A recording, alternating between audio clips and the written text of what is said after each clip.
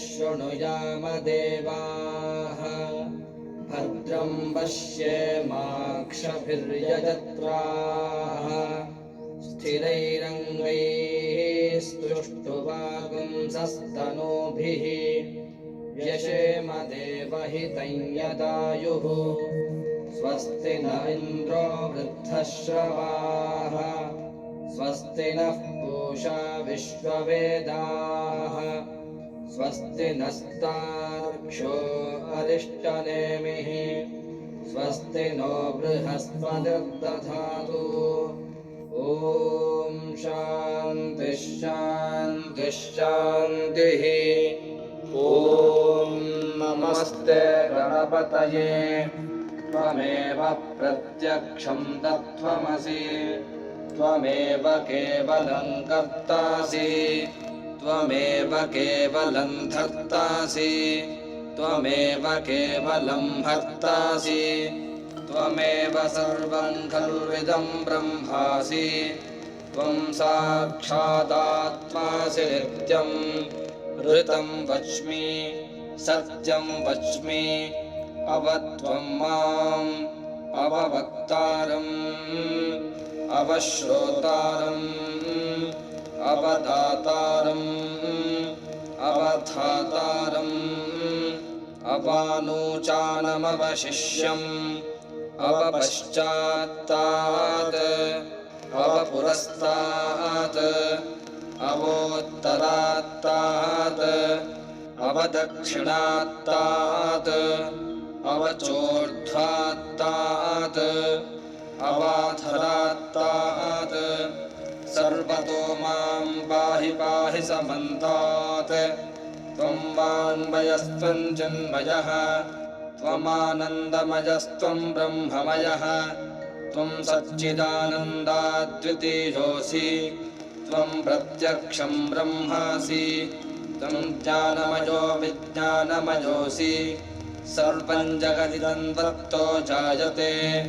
सर्वं जगदिदं त्वत्तस्तिष्ठति सर्वं जगदिदं त्वयि लयमेष्यति सर्वं जगदिदं त्वयि प्रत्येति त्वं भूमिरापो नलो निलो नभः त्वं चत्वारि वाक्पदानि त्वं गुणत्रयातीतः त्वम् अवस्थात्रयातीतः त्वं देहत्रयातीतः त्वं कालत्रयातीतः त्वं मूलाधारस्थितोऽसि नित्यं त्वं शक्तित्रयात्मकः त्वां योगिनो ध्यायन्ति नित्यं त्वं ब्रह्मा त्वं विष्णुस्त्वं रुद्रस्त्वमिन्द्रस्त्वमग्निस्त्वं वायुस्त्वं सूर्यस्त्वं चन्द्रमास्त्वं ब्रह्मभूर्भुवस्सुवरों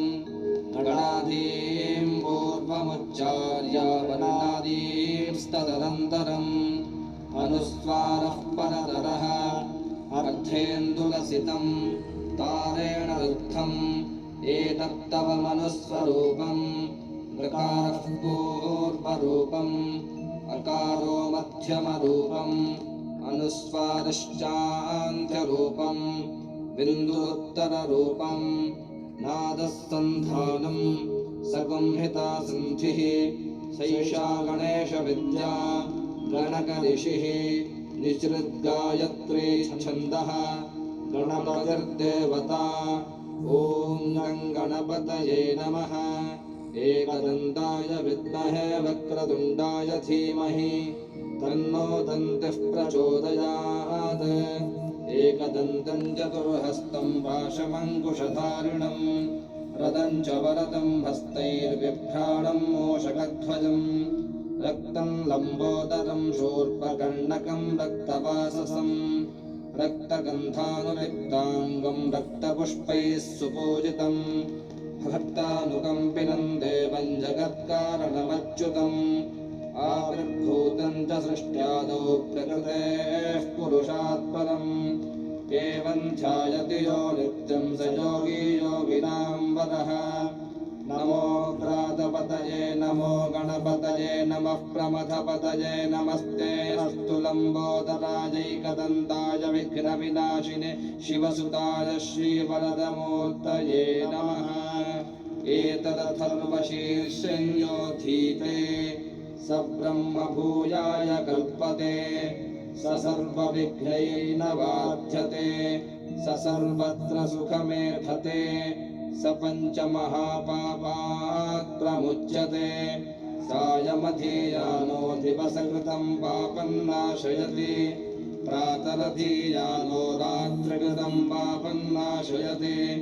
सायं प्रातः प्रयुञ्जानो पापो भवति सर्वत्राधीयानोपविघ्नो भवति धर्मार्थकाममोक्षं च विन्दति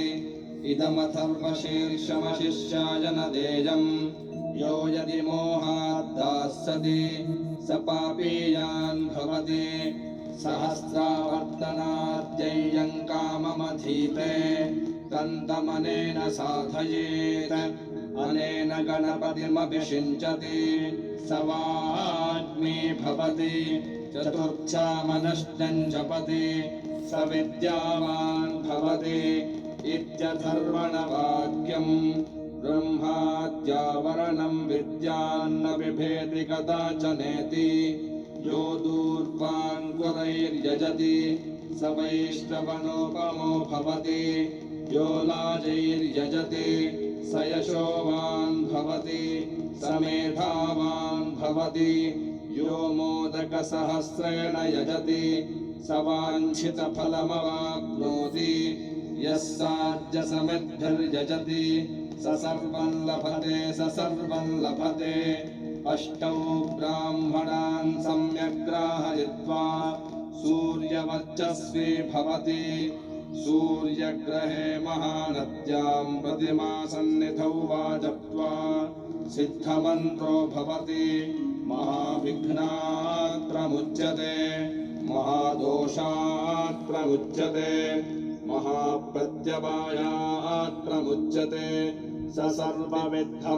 सर्वविद्भवति य एवं वेद इत्युपनिषत् भद्रं कर्णेभिः शृणुयाम देवाः भद्रं पश्येमाक्षभिर्यजत्राः स्थिरैरङ्गैस्तुष्टुवागुंसस्तनूभिः यशेम देवहितं यदायुः स्वस्ति न इन्द्रो वृद्धश्रवाः स्वस्ति नः पूषा विश्ववेदाः स्वस्ति नस्तार्क्ष्यो अरिष्टनेमिः